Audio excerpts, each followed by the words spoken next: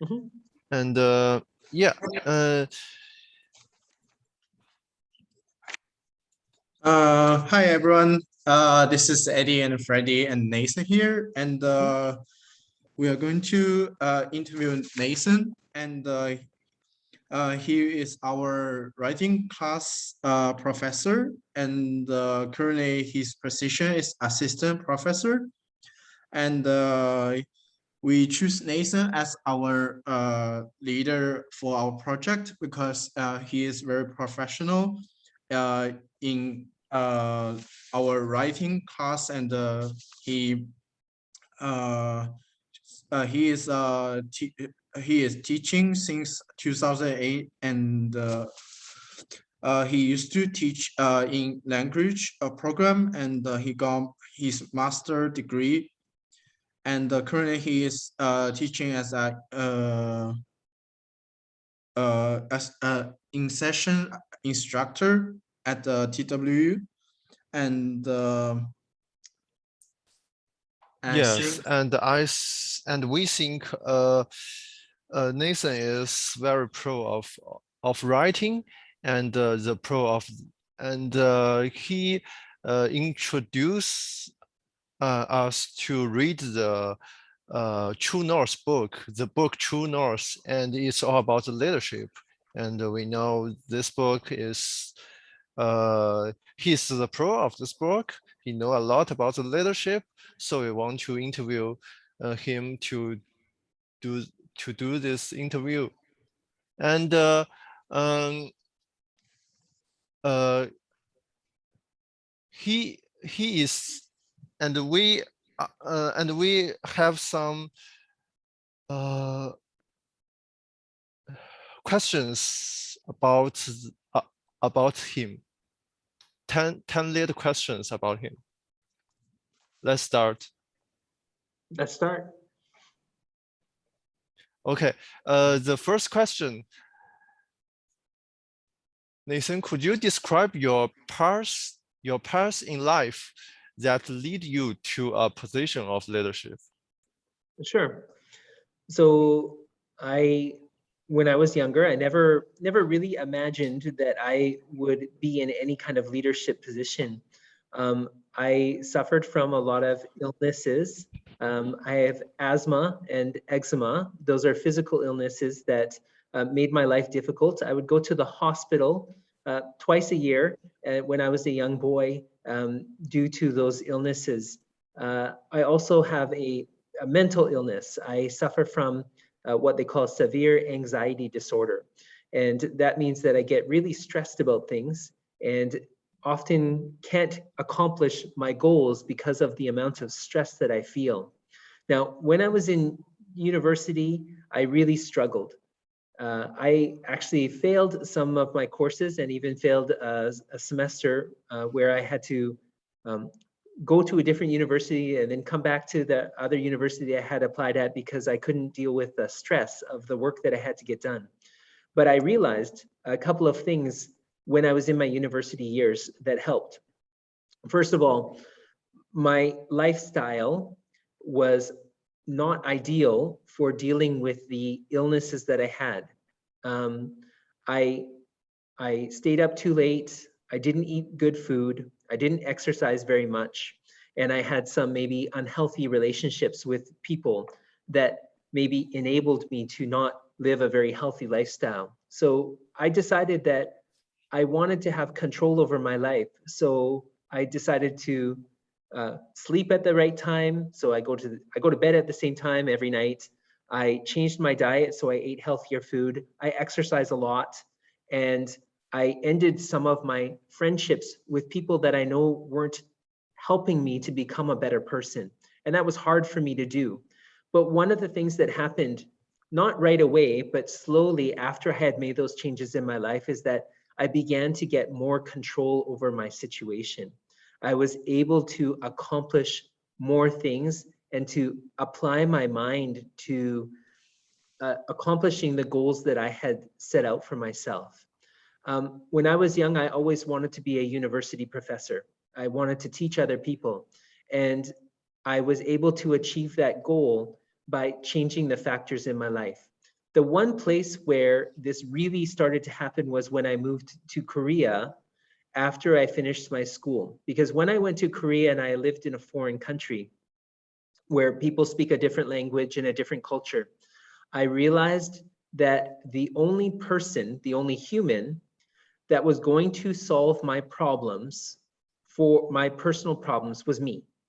Nobody else would solve my problems for me. My parents wouldn't solve them. My friends wouldn't solve them. I had to solve them on my own with the help of God. And so with God helping me, but God is not, of course, a human, right? God is a belief in a person or a being that is greater than us, that helps to direct my life. And so I believe that God directs my life, but that God also helps me to make good decisions. And that's really what I think set me on a pathway to leadership. So my belief in my God, and then really controlling the factors in my life that help me to achieve better success in life. Okay, and you mentioned that you had a hard time for the school at the beginning. Mhm. Yes, you not a very pro student or a good student at the beginning, but Yep. from time pass, you realize that, and you start to do some change. Yes, to do some mainstream change, and you believe in God. Yes, and this is the question too.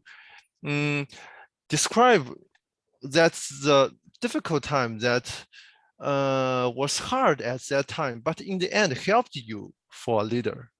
Sure. That you, yeah. Yeah. I think that going through university and failing university was one of the things that happened to me that at the time when it happened seemed extremely difficult, but in the end being was very rewarding for me. When I failed one entire semester of university because of my anxiety issues. So I didn't even want to go to a doctor about my anxiety.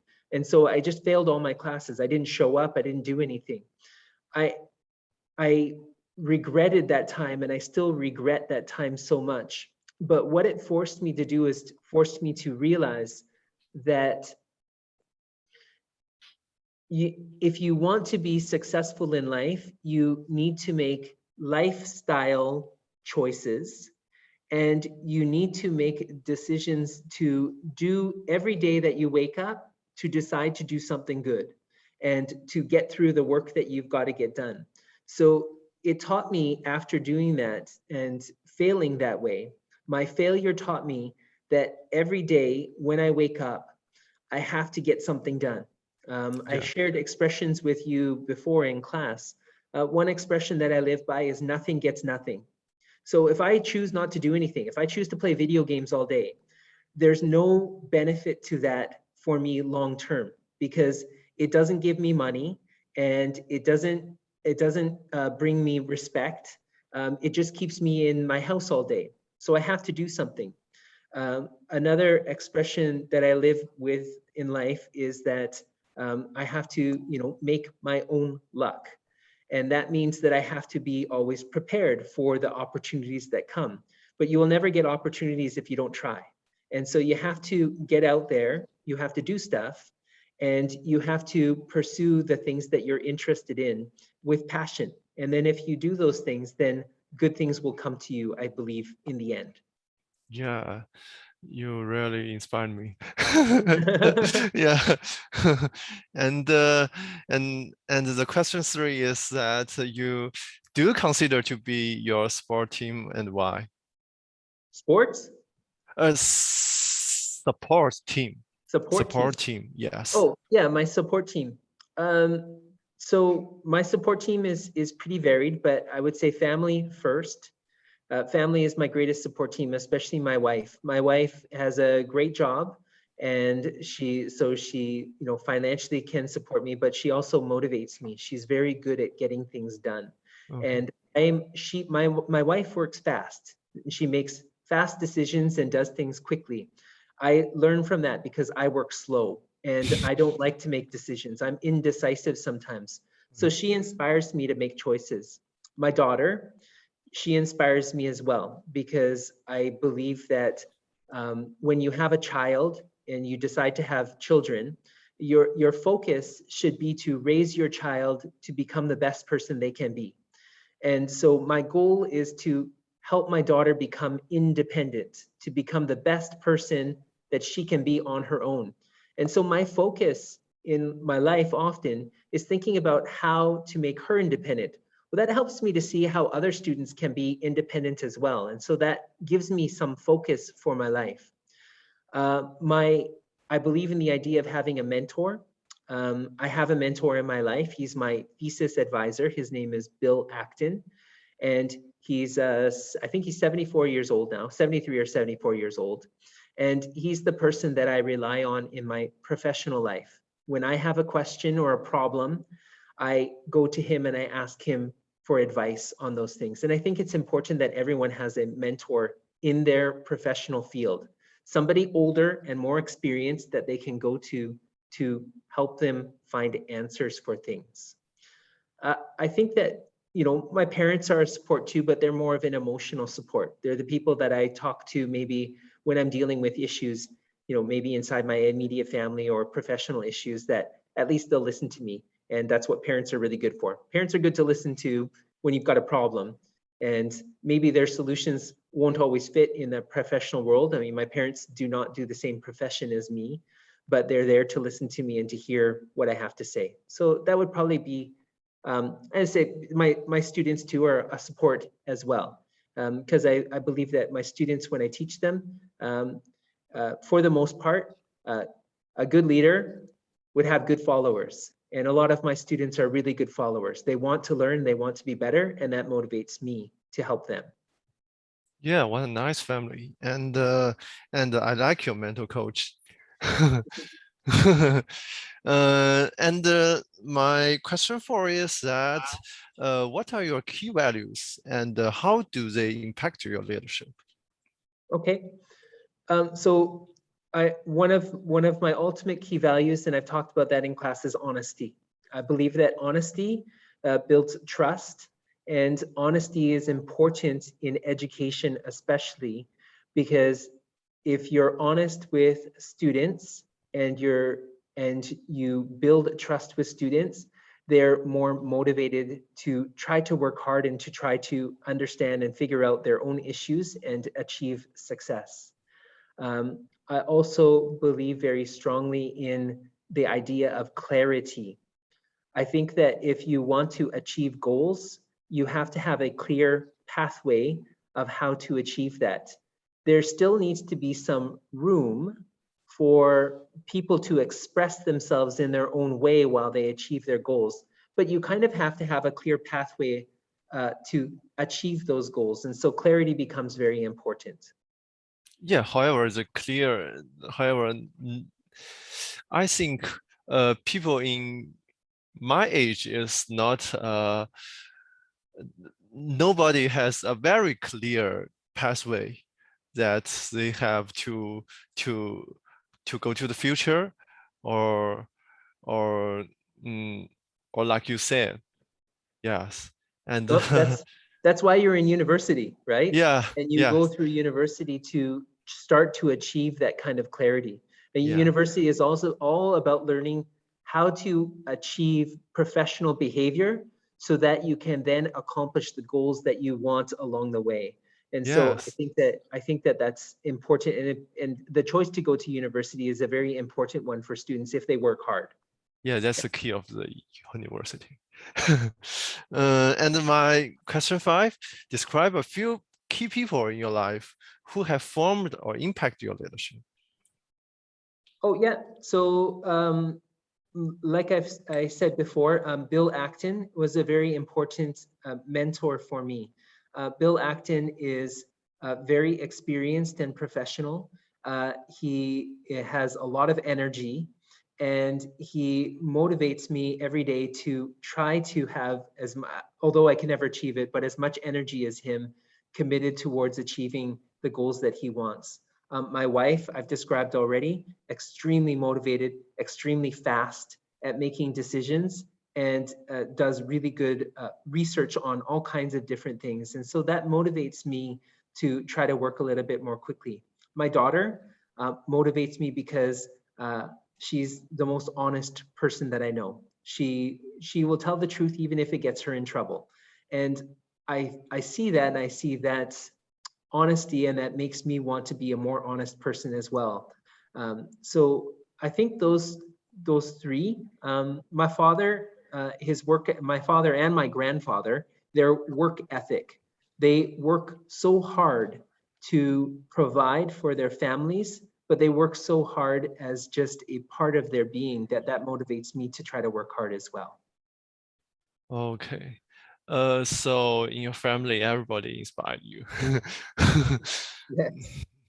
That's the end of my first 5 questions. Now let's start off the Eddie. Okay, Nathan, how did you discover your sweet spot to know the profession that works best for you?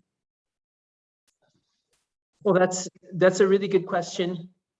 Hard for me to answer that because I think, like many people, I still question whether I'm in the right profession sometimes or not. And maybe that's something that goes on your whole life. I've achieved some success in my field, but not as much as other people have achieved. I think that my best way to answer that is that I believe that God directs my actions and that God has placed the opportunities in front of me.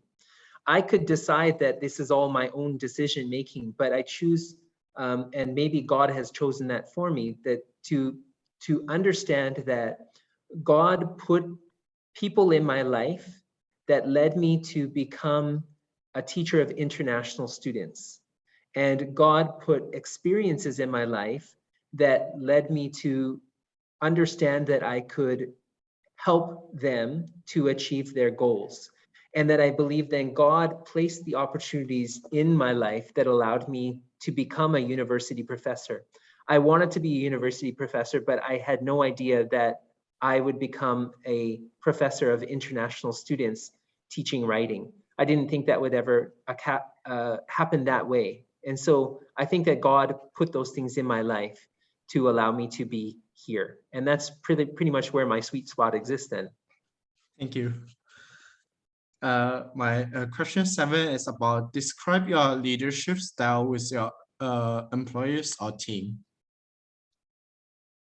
So my leadership style, I believe, in terms of my team, it takes some elements from a couple of different theories of leadership.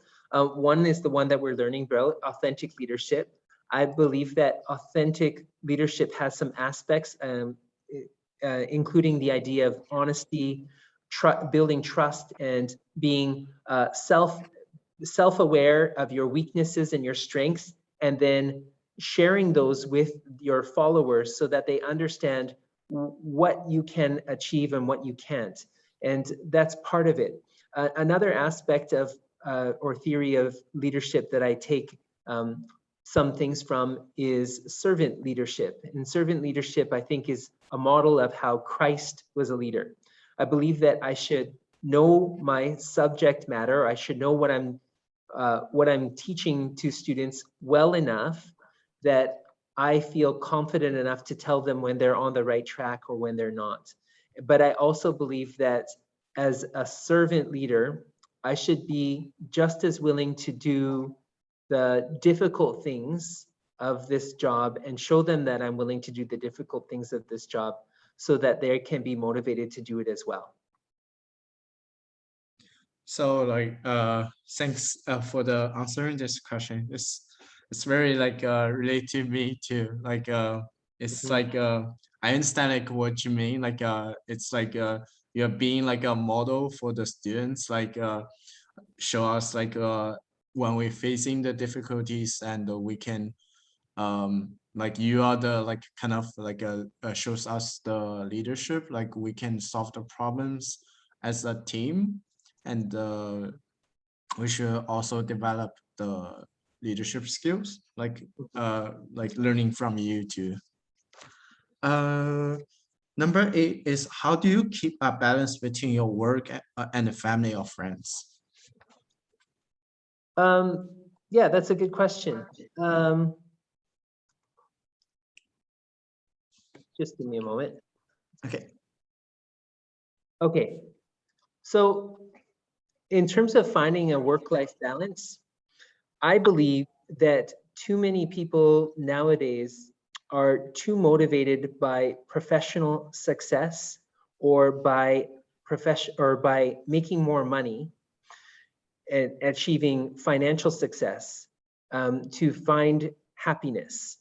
And it's my opinion that we need to make choices that balance our family life with our professional life and with a life that helps us to feel good about our circumstances. In my family, because of course, you know, after you get married, I think you start to think about your family more as a unit. I allow my wife to pursue her professional success because she's in a job where, as a designer, where she has to dedicate a lot of her time to her professional success. So I give her all the time that she needs to get that done. For me, I've had to sacrifice some of my professional success to achieve success in my family. I could be working very hard to try to achieve promotion right now in my life.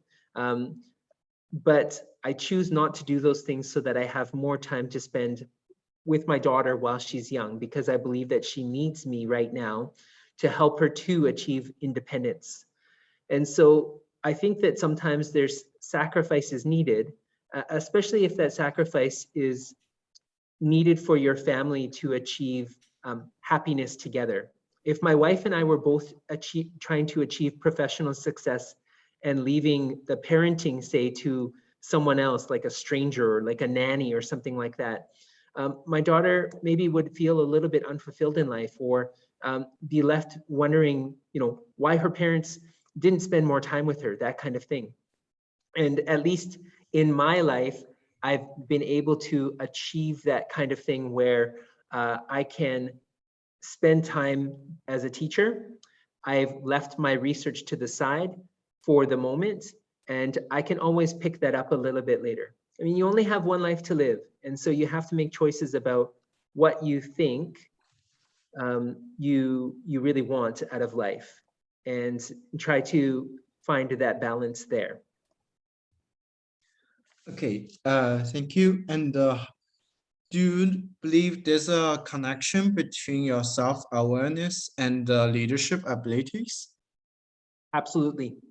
I mean, I kind of shared that earlier, how when I was not self-aware about my strengths and weaknesses, I didn't achieve much in life, and I failed more often than I succeeded.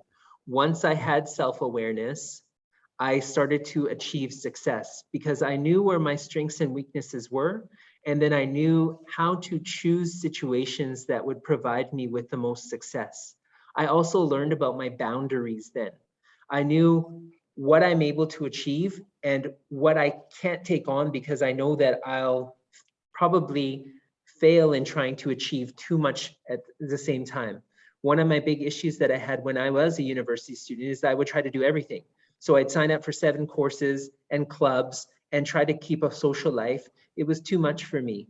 Once I learned my boundaries, I was able to achieve better success in my life overall, because I knew what I needed to do in order to accomplish the goals, the goals every day that I needed to accomplish.